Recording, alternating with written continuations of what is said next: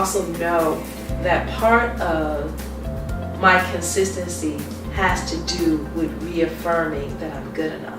Welcome to the Conversations with Kai Mann show. I'm your host, Kai Mann, and this is the show where we bridge the gaps one story at a time. And today we have one of my favorite people that I stalk, no doubt. Her name is Kalimah LocMama Johnson. She is here today on the couch. Let me tell you a little bit about her. She is the founder and executive director over the Sasha Center. She is also an adjunct social work professor at Mary Grove College. She is also a consultant with the NBA, the NFL, Detroit Lions, as well as the NHL. But she is also a counselor and advocate for survivors of sexual assault, as well as intimate partner violence for like over 21 years.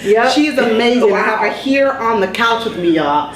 Thank you for coming. Thank you for having me, and I'm impressed. Wow.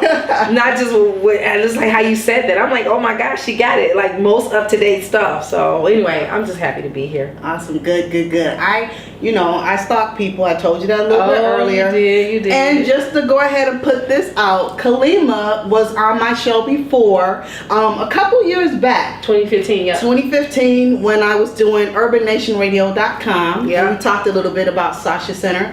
But today, what I really want to do is talk about you. Because I've been watching you. I've been stalking you, just kind of looking at you, just doing going up and down your Instagram, your Facebook, everything. A couple weeks ago, you posted a picture of you. I want to say you might have been anywhere between the ages of 17 and 19 years old. What I want to know is, who was Kalimah between those ages? Oh, good question. I was between the age. What was I doing? You remember? It was just a picture of you. I don't know if it was like a school picture. Oh, it probably was. I don't know. It was like a throwback Thursday, throwback Thursday. So I threw it all the way back. Okay. Yeah. So, 17 to 19, I was pursuing a career in rap music. So, but I had started rapping when I was like 14. And by then I just really thought I was about to be famous, and almost famous, but not quite. I was locally known by a lot of folks by the time I was 18, 19 years old. I was performing in really interesting places. My mother was just like trying to stay on top of me to make sure I went to college eventually. But at that time, I wasn't feeling it. But what she did was interesting. When I got my GED, so it was a lot going on in my life back then. But I got my GED, and my mother said, I can show you better than I can tell you. And so she enrolled both of us at Highland Park Community College together. Wow. But she had already had like a associate's degree, but she just liked school. So she just went back and took classes with me. So that's what I was doing between like 18 and 19, but also trying to pursue this career in rap music. I ended up not finishing that semester because I really thought I was about to be famous, for real. So by the time I was 19, I had opened up for Rod Bass, Finesse and Quest, I'm really aging myself here, JJ Fad, Eric B and Rakim, Public Enemy, MC Light, Boogie Down Productions. But locally, like whenever they would come to town, promoters would know to contact certain local rappers. Right. I did shows with Kid Rock before he was Kid Rock. And that's what I was doing between 17 and 19. And I actually had a job working as a security guard at the Detroit Historical Museum. Wow. Yeah, but it wasn't a job with the city, so it wasn't a good security job. It was one of them security jobs where you go apply for it, that the office was in Southfield off of Greenfield in 7 Mile somewhere, and then they just placed you places. Yeah. But that was like my first kind of like real job. Right. And it was the one job that I had stayed at the longest. So I was there for about 2 years, and while I was there, they had me in the parking booth. And that parking booth was magical. It's still there, actually. There's this parking booth right behind the Detroit Historical Museum. That's where I was the security guard, letting people park who wanted to go to the museum, making sure people from Wayne State didn't park because it was for people for the museum. Right. But that's when I got a lot of culture. That's when I learned a lot about the city of Detroit. Oh, wow. Because I had never really been in that area before. And it was just really interesting because that's how I found out about Noel Night. And, you know, I just started getting more interested in art. But more importantly, I met a young lady who I would let her cut through the lot every time, especially because I used to stay there till like 6, 7 o'clock. And by the winter time, it would get dark. So it was this black girl. She would always walk by and say, can I cut through the lot? Because she lived in the apartment right next door. And I was like, sure, you can cut through the lot. And then one day she said, every time in the morning she would walk by. So she would see me in the morning. She would see me when she came home. And one morning she said, every time I come through here, you're always writing. She was like, what are you writing? I said, I'm writing rap songs. I'm going to be a rapper. And she said, you know, you're always reading too. I said, yeah, I like to read the newspaper. I like to do this. And she was just like, you ever thought about going to Wayne State? Like going to school and getting your degree? I was like, nah, that's not for me because I have a GED. And she said, oh no, that's a program that they let people come to Wayne State that got GEDs. Wow. She said, I'm gonna get his number, I'll bring it to you tomorrow. I said, okay, and she did. Wow. And that changed my life. Wow. I wish I could remember her name, but I don't. Wow. And she and something told me that this rap thing wasn't gonna work. So I had this big conversation with my DJ, my 2 dancers, and I had a bodyguard.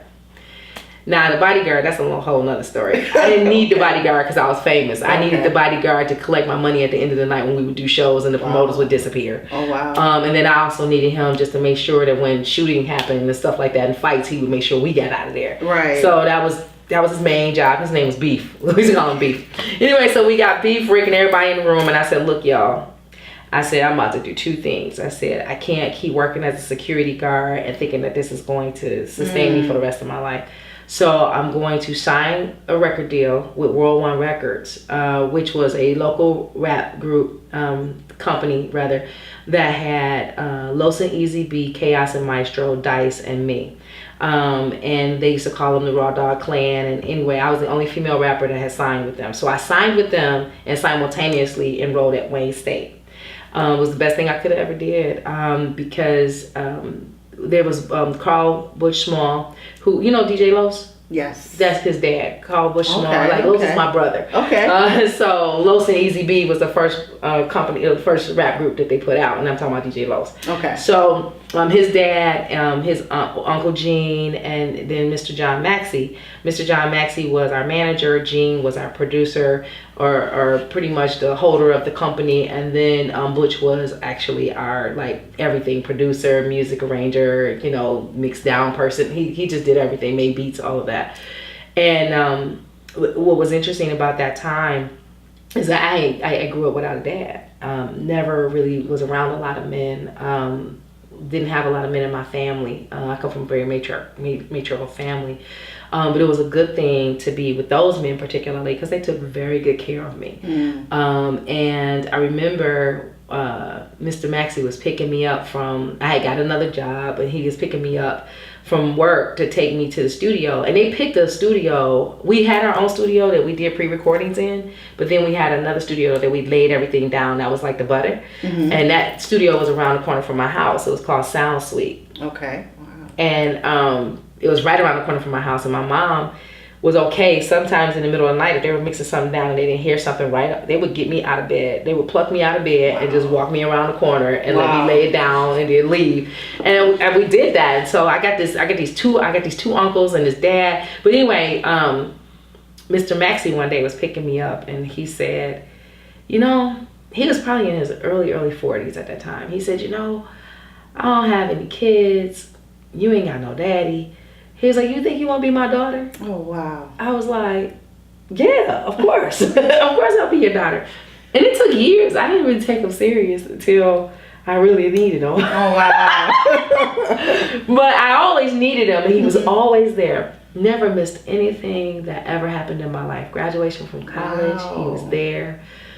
He's still in my life now. I talk to him weekly, daily, you know, if not daily.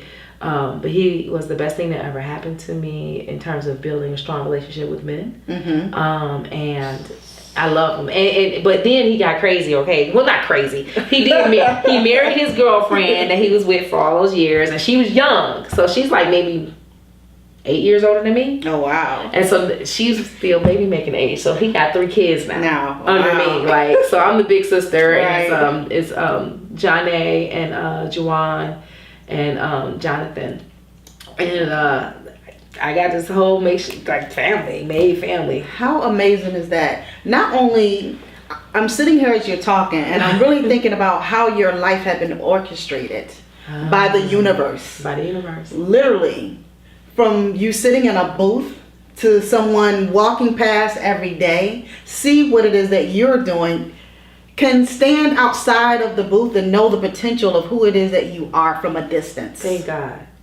And not only that, then here it is, you're doing your rap thing, and then you have this man who loves you enough to want to be your father. Yeah. How dope is that? I know, right? That is so dope. You can't make it up. You cannot make that up. And he is so good to me. His kids are good to me. I'm good to them too, you know. Our relationship is very meaningful. And even if I like slip and don't see him for months, sometimes that happens, you know, in families. He is solid, and he has always been there for me, and I'm so thankful to World One and thankful to him for doing that. But that time frame that you're talking about between 17 and 19 was interesting. It's very different as I look back on my life now. I just believe that the universe was good, just good to me, and you know I've learned over these years not to just push things away, but just to let things blossom and to just see what happens. So. Wow, that's amazing. Yeah. So now you are this founder of Sasha Center. Yeah. Like, how did that come into play? Good question. I'm a survivor of sexual assault. I was sexually assaulted by a family member at a very young age, between like 5 and 8. And that definitely put me at risk of other stuff, because the studies show, not just in my life, but studies show that when you have that kind of trauma in your life very early on, the likelihood of it happening again is high. And so by the time I was 15, I was sexually assaulted again in the context of a first date. And then I was sexually assaulted again by a so-called boyfriend, and all of that happened before the age of 19. So I was dealing with all of that too at the same time. But after I was doing my stuff with, and the one thing about World One, they encouraged me to go to college. So while I was still in college, still recording, I majored in English because I love to write. And that's going to come full circle. But I majored in English. But anyway, I also majored in social work. And when it was time for me to do my field placement, you have to do field practicums where you go and practice and you actually work at a social work agency before you graduate. Right. So I was like, let me go to the populations that scare the hell out of me. So my first field placement was at a school because kids terrified me.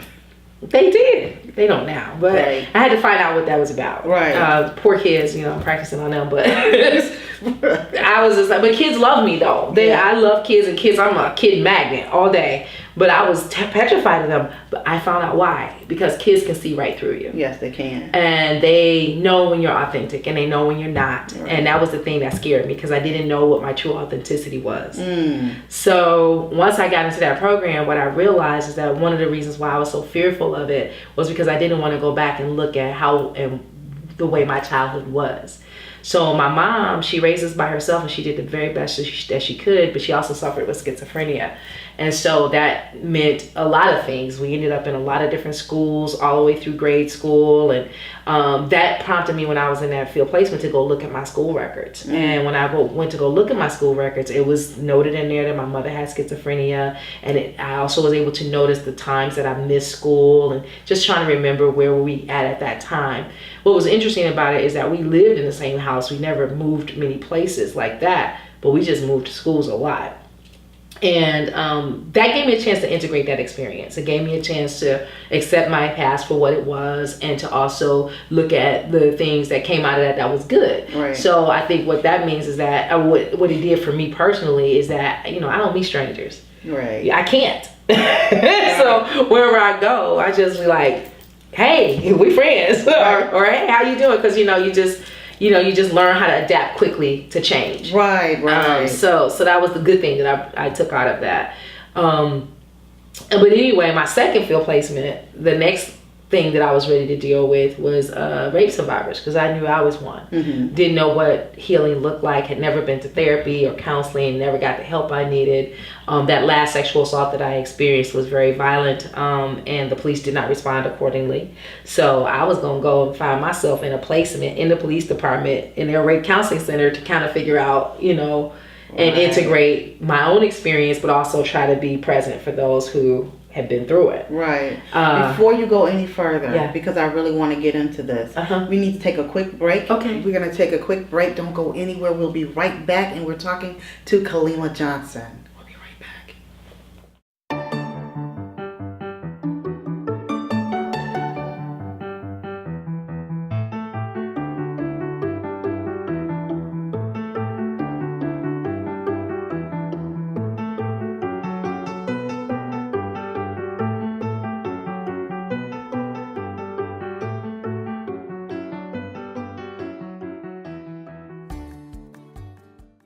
Focus, the state or quality of having or producing clear definition. Focus One Entertainment is the premier videography company in the Midwest. We specialize in weddings, corporate events, documentaries, sporting events, and films. Regardless of the scope or budget, we approach every project the same way, by capturing and clearly defining your vision.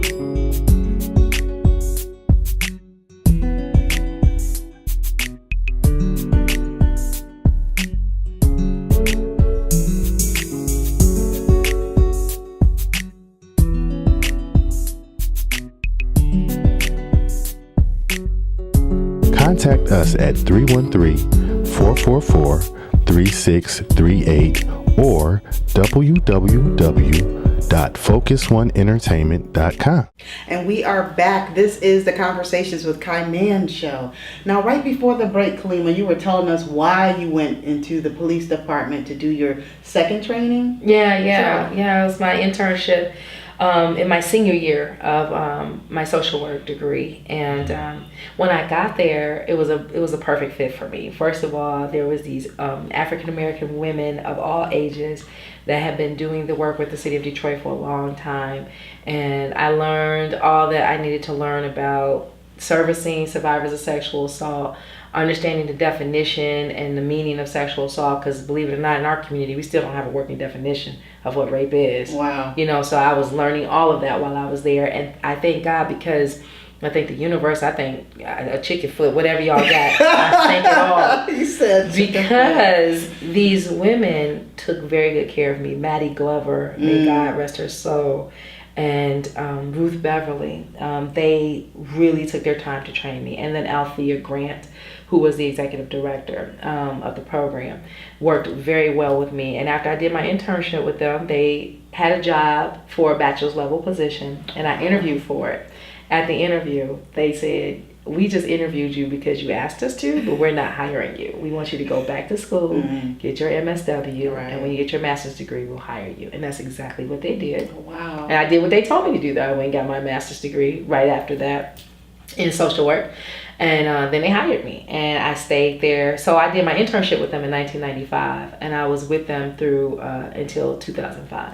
So, and even when I was working on my master's, I still volunteered. So I was there often. Wow. Often. That's dope. And it helped me develop understanding of the work, and the work that I do now at the Sasha Center. It set the groundwork. And there were other women there too, white women, that actually did their internships there, who do sexual assault, domestic violence work in Macomb County, out county places, who I've developed friendships with, and I'm still cool with them now. Sue Coates is the executive director of Turning Point. Her and I am very close, and we talk a lot, and she's my mentor. She probably would say, "Don't say that, Kalimah," but she taught me a lot about activism in the work.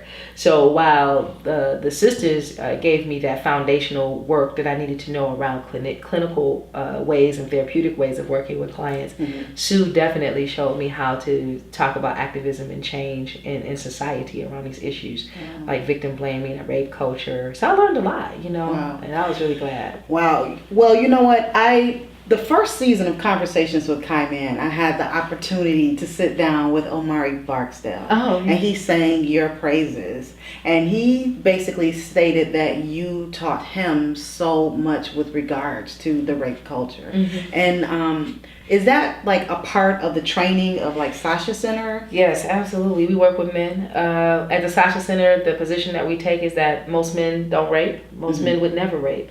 But the good intended men who would never do that aren't having conversations with the men they know who are at risk of committing sexual assault or committing domestic violence, or who have committed sexual assault and domestic violence in our community particularly. So the training that I did with Omari, me and Omari's training started a long time ago. I mean, so like in 2005 when I left the job, I actually decided to write a book about doing locks. That's a whole nother lifestyle, right. lifetime. But I wanted to do everything that had nothing to do with sexual assault or rape or intimate partner violence because I needed to take a break. So I started my own poetry series called the Pick Nap Poetry Series, which was the name of my actual hair business. But, I believe in branding, so I was like, we just use that again. Right. But it was at the Meadery Eatery, and that's where I met Omari. I met Omari through slam poetry. And me and Omari would have these conversations early on before I started Sasha Center. And Omari will tell you, he used to think that solving problems when men would touch women was to put your hands on men. Right. And I had to teach him that, no, that's not what you do. Right. You got to be present enough to love and talk to the brother so that he won't do it again or so that he won't be at risk. And he took it on. He was like, all right, we're going to do this. And I mean, a couple of times I'll be like, Omari, you can't do that. We in Austin, Texas, and I don't care if that man is about to, we got to do this, and you got to deflect, get his attention without being violent. Mm-hmm. How do you just, you're a big man. Can you just stand? Can you just walk in, So, just real practical skills that he has learned from me, but I've learned a lot from him too. So, we got to be present for it. Right. Yeah, right. He's present. Right. So let's talk about presence, because you have that. Thank you. You do. You have presence. You have been one that if I look back through your Instagram, from your Facebook, if I look back even just through history of who you are, even by the things that you've said, you've been consistent. Yeah. You've been really consistent. So was that something that was taught to you, to be consistent, even though that you said in your life, like even though you lived in the same house, like you didn't go to school as much as you should have? Yeah. What really taught you that consistency? That's a good question. I think I needed consistency just so that I could feel settled in my life. Like, there was so much inconsistency that was going on that I didn't have control over. Once I got old enough to be able to make my own decisions, consistency for me feels safe. And so I just always been, when I say I'm gonna do something, you just give me a few minutes, it's gonna happen, because I just stay deliberate about it. I don't know where my mother was a very strong woman. She would show up in spite of, even though she had her own struggles. She raised three girls, and I'm smart, but my two sisters, they're like super smart, and they're really consistent as well. And I think it's because of all of that change when we were younger. We just needed to have that thing. But I just have tenacity. I just try to see, and I get motivated by other people. Like, I had a conversation this morning with an intern from Wayne State University, who did her internship with Sasha Center 2 years ago, and she's still working on her master's now. Mm-hmm. And she still helps Sasha Center. She runs groups and everything.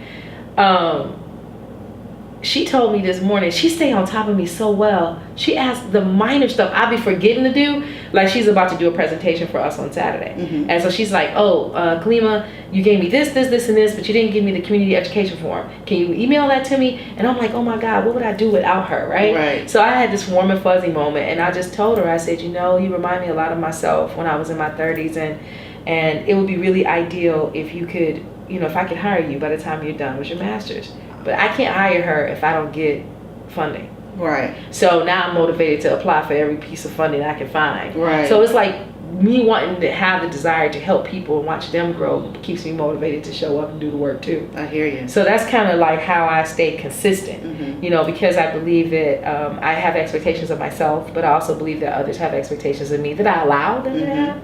And I just try to be present for that. And I like finishing stuff. Right. I hear When I you. say I'm gonna start something, I want to see it done and finished. And sometimes I get tunnel vision. There's a price for that. You know, because sometimes people don't really understand. Like, you gonna stay up that late and do that? Well, how you doing all that stuff?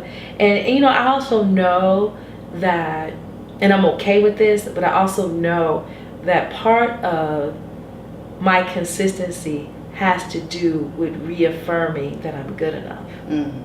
And so when you're born, you're this blank slate, but then you have these life experiences and people, they come right on you. Right. And so me getting stuff done is like my big eraser saying, no, that's not who I am. No, that's not how my life is going to turn out. You know, because you know, our decisions sometimes let people make or help people make decisions about who they think you are. Right. And every time I achieve something, I get to say, you know, this is what I've achieved and this is what I've done.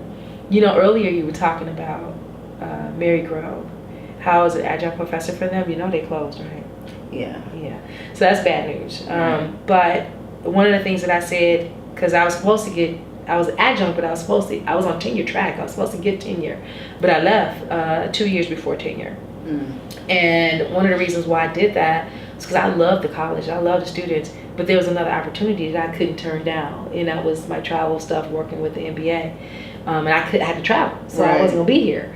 But had I not had that opportunity, I would have got tenure, you know.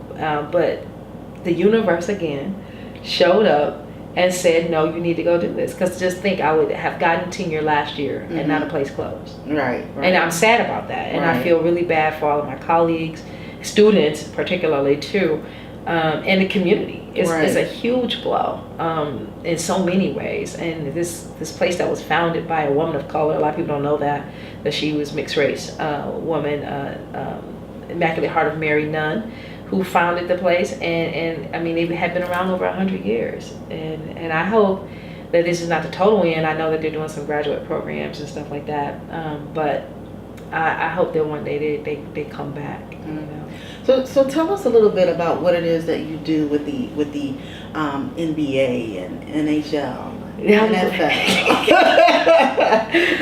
Okay, so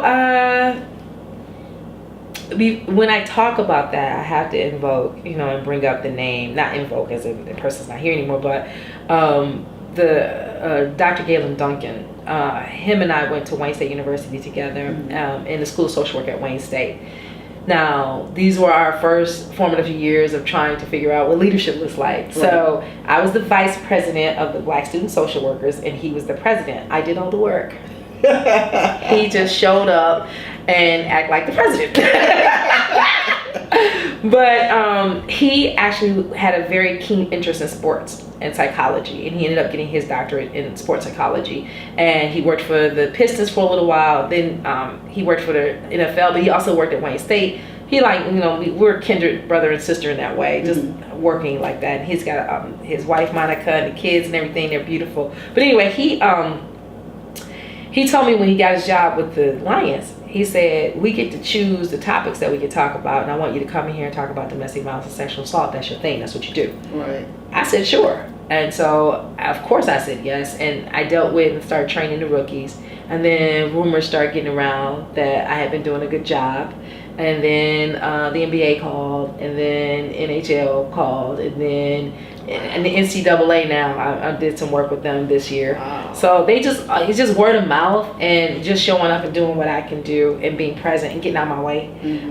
Because it's really an interesting transition to go from talking and dealing with survivors to going and talking to potential leaders in this work, as well as potential perpetrators in the work. Right. So it was a transition for sure, but it's one that I honor. I'm just really glad that I had the opportunity to do it. And most of the guys are good guys, just like in the real world, you know. But when you give young men that kind of money and responsibility, they just need all the support they can get. Right. So I don't just do. A lot of people don't know this, but I don't just do domestic violence and sexual assault. I actually believe that it is my job, to whatever degree that companies feel fit or think makes sense, is to make sure that professional athletes, it doesn't matter if you're male or female, transition into participating, transition out of it whole. Right. Right. And sometimes that relates to relationship management, but sometimes that also relates to making good, sound financial decisions. Mm-hmm. Sometimes that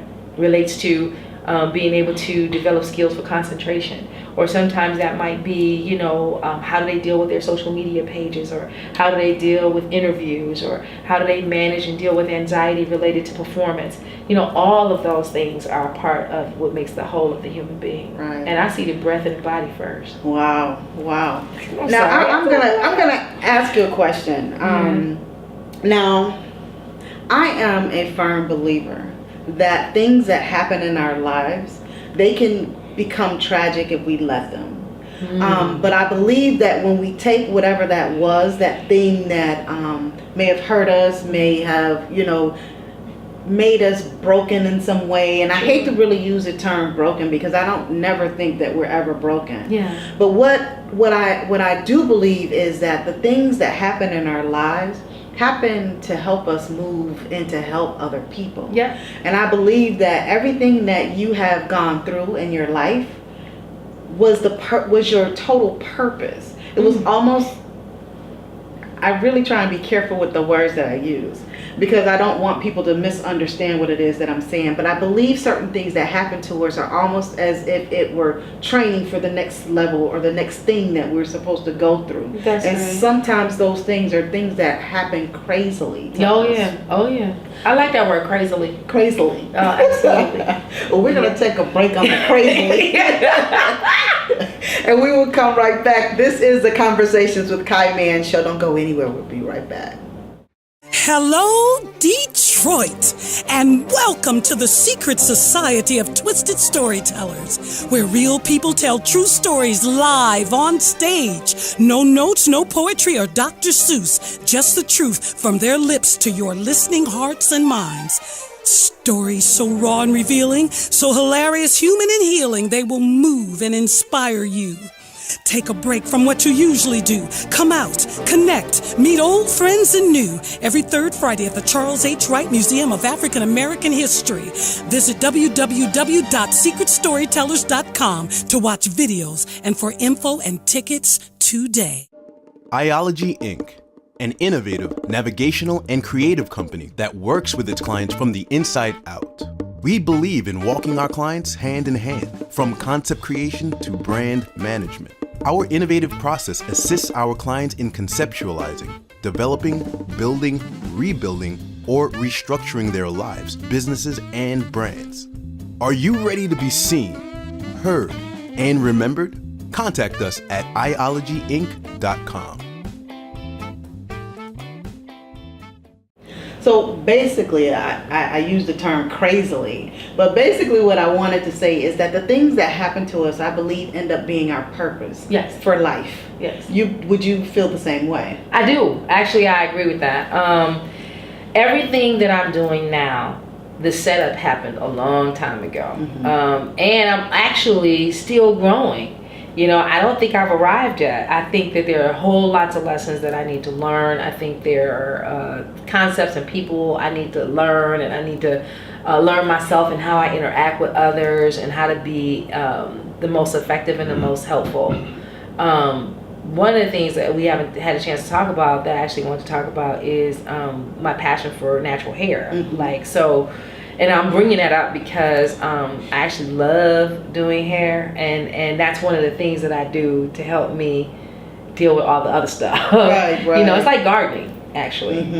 So those of you who garden know that you feel much better after you're done doing it. I feel the same way about hair.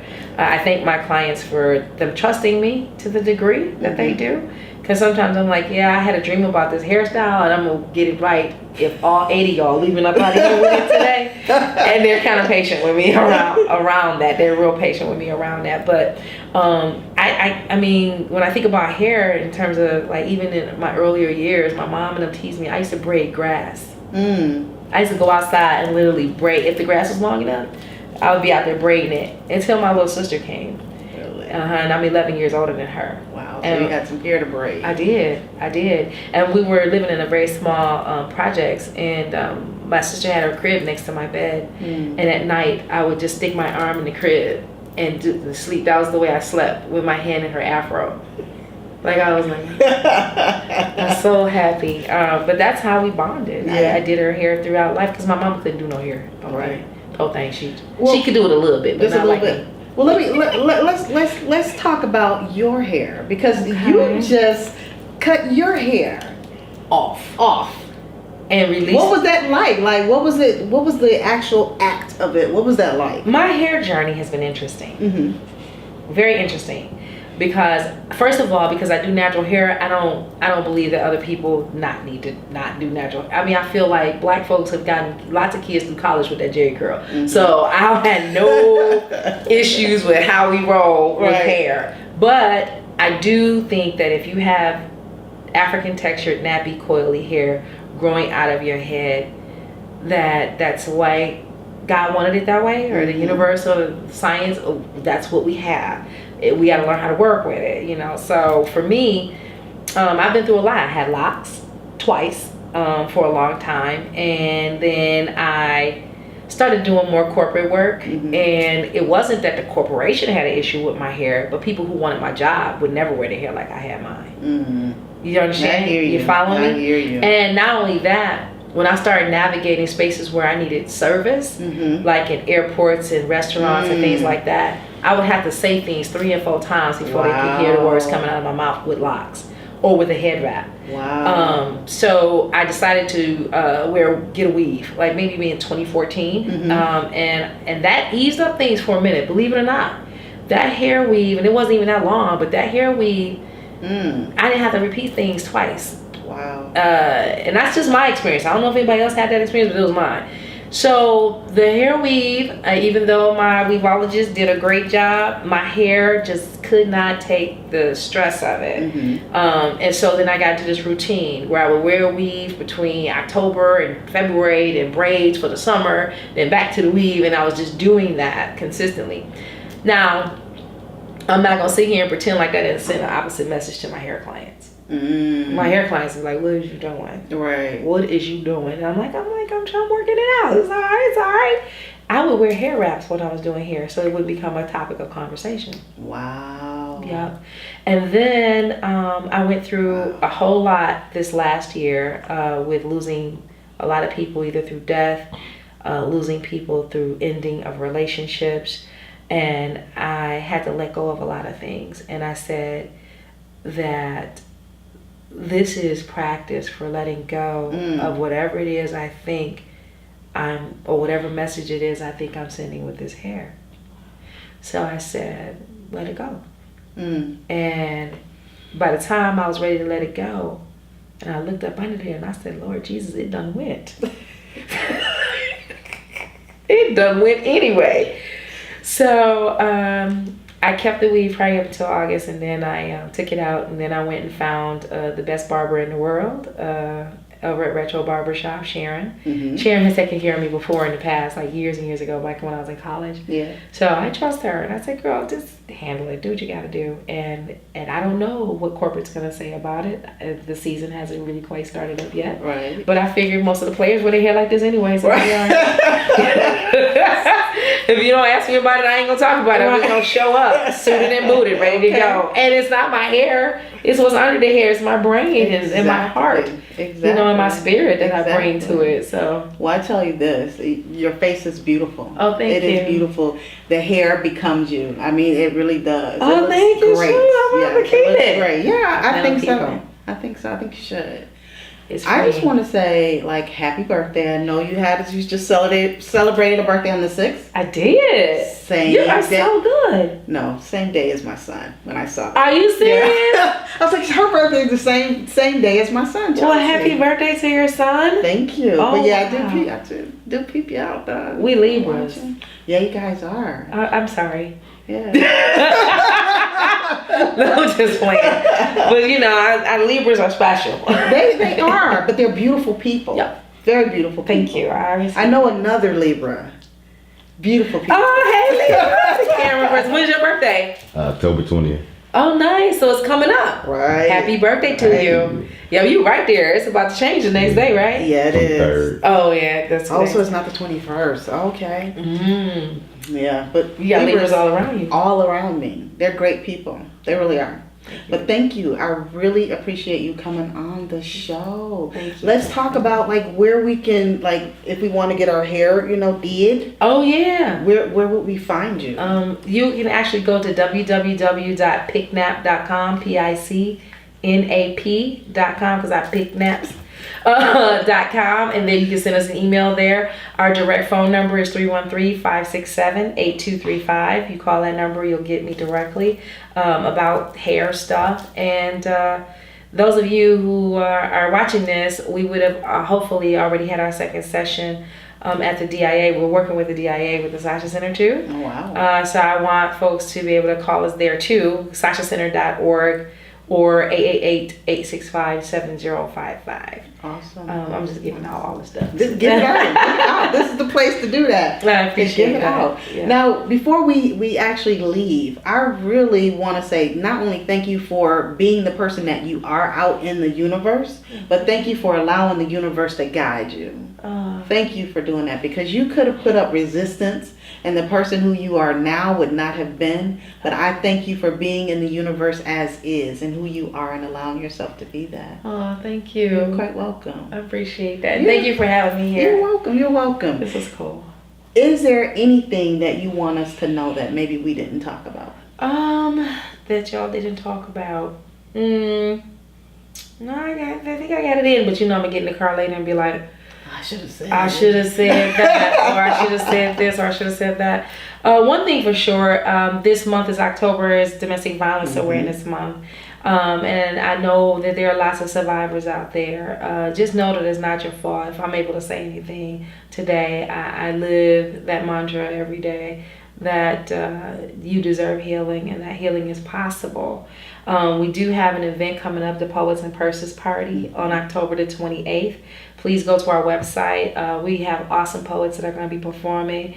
D. Essence is performing, Shahrazad, Brahenda, Rhonda Welsh, and we have the hostess with the mostest, Whitney Syphax Walker. It's going to be a lot of fun.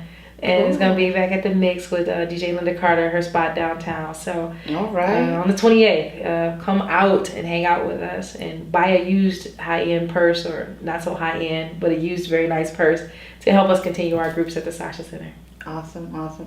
Thank you so much for coming on the show. Thank I you. appreciate you once more. I appreciate you too. Keep it up. Keep up the good work. Thank you. I'm very proud of you. Thank you. This is the Conversations with Kai Mann show. I'm your host, Kai Mann. Thank you and good night.